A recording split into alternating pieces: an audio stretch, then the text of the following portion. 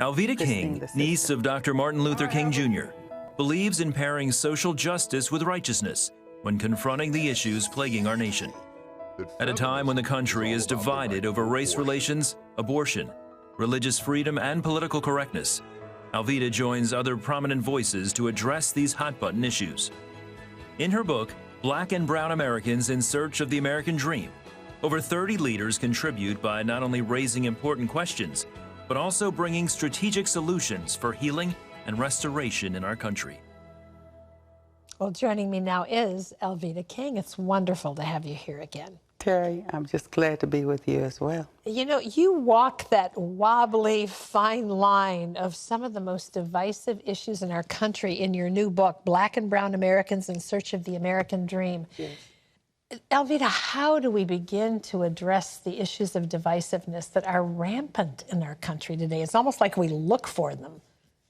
I just was very compelled to write that book this year to deal with the issue of reparations. And the reason there's such a problem with reparations is that people don't have the information and education. So therefore, you get that line and people say, well, don't cross this line, don't cross that line. Not knowing, not being properly educated. Yeah, and with the King family legacy, something that I learned from my dad, my uncle, and all of that, you have to resolve conflict, but you do it first with gathering information, teaching and informing people about what is true, negotiate, talk, try to settle, and then civilly, peaceful, peaceful protest, and then come together. Yeah. Let's talk about reparations, because you do talk about that in the book. You know, I think white people say that happened to your grandparents and your great-grandparents, get over it, move on. Yeah. The African-American community says we have not been treated fairly and we'd like to get on, but we don't have the same level ground. Talk about reparations, because I think one of the things that you don't hear a lot in the public forum is that reparations have been given to almost every other people group. They really have. With my grandfather, Martin Luther King Sr., who also rescued me from abortion in 1950 when my mom wanted to have a D&C. So he would dress up, put on his fedora hat, his tie, and he'd look so spiffy, and he'd be going out the door. And I said, Granddaddy, where are you going? He said, I'm going to see a man about a mule. Now, that didn't compute to that little child, but today, reparations, African Americans were promised 40 acres and a mule after slavery. But that was never delivered. The Jewish community in America has received reparations. The Native Americans with the reservations. Japanese. The Japanese and the Asians have received them. And on and on. And illegal immigrants, when they come into America, they can go to work and get grants and all those kinds of things. But the benefits to the African American community have not been here. Why? So just through oppression. And you know, the biggest gift we were offered was free abortions. Yeah. That was our gift. And if that you was know, our reparation. when you talk about abortions. history, if you know the history of that, you know that was a eugenics project. Let's do something for them. Let's give them free birth control and abortions.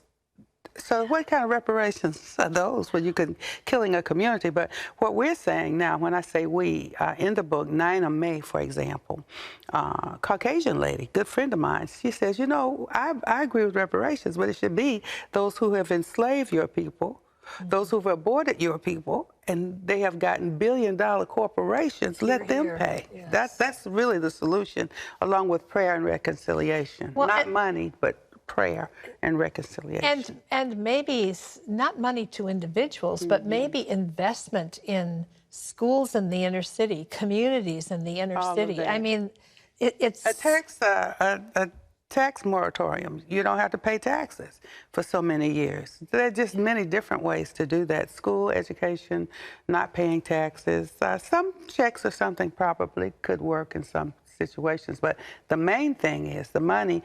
And that's one thing that I heard President Obama and President Trump say for totally different reasons. No, I don't think we're going to see the government taxes pay reparations. They both said it for totally different reasons. Right. But they were right. The people who got rich and who are still aborting the babies today and doing sex trafficking, they need to pay the reparations. They do. That's who has the money.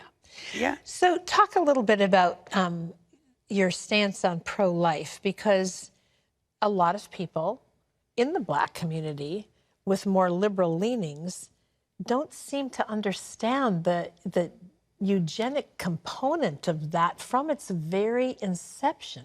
How do we get that message across? Well, the word says, my people perish for lack of knowledge. And that's why I did my second book, Pictorial History of the Black pro-life movement.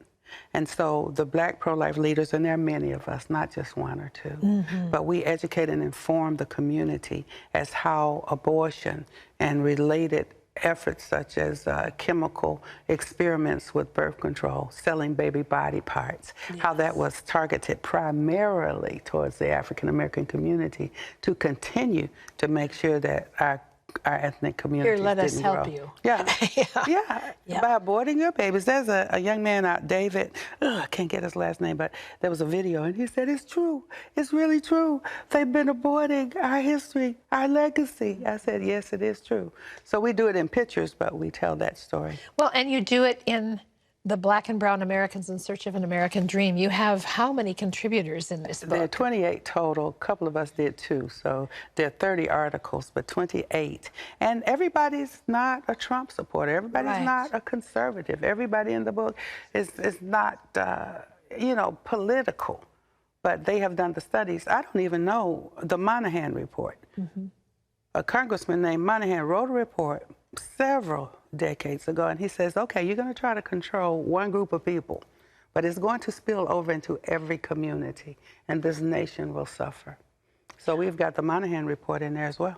It's interesting, isn't it, that that's the state of things when our nation is so known for being built on immigration and people coming here for freedom and people finding opportunity and liberty, and we need to get back to our roots, and that's part of what you've done here. Structure, civility, that's another thing we talk about, righteousness, prayer, and it can be done, but you're not going to be able to leave God out of it. And there were a couple of really sound articles about the spiritual aspect. Yeah, and there is a spiritual aspect to it all. Yes. What do you want the takeaway of this book to be for people who read it? I would like for people to be informed, educated, and then activated, to go and correct errors, not to be colorblind. We can see, put our glasses on, celebrate diversity. Amen.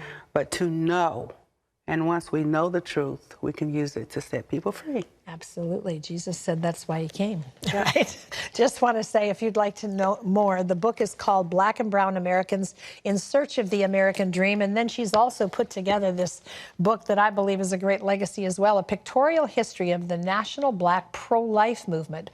Both books are available nationwide. Thank you for being here, my friend. Thank you so much. It's always great God to see bless. you.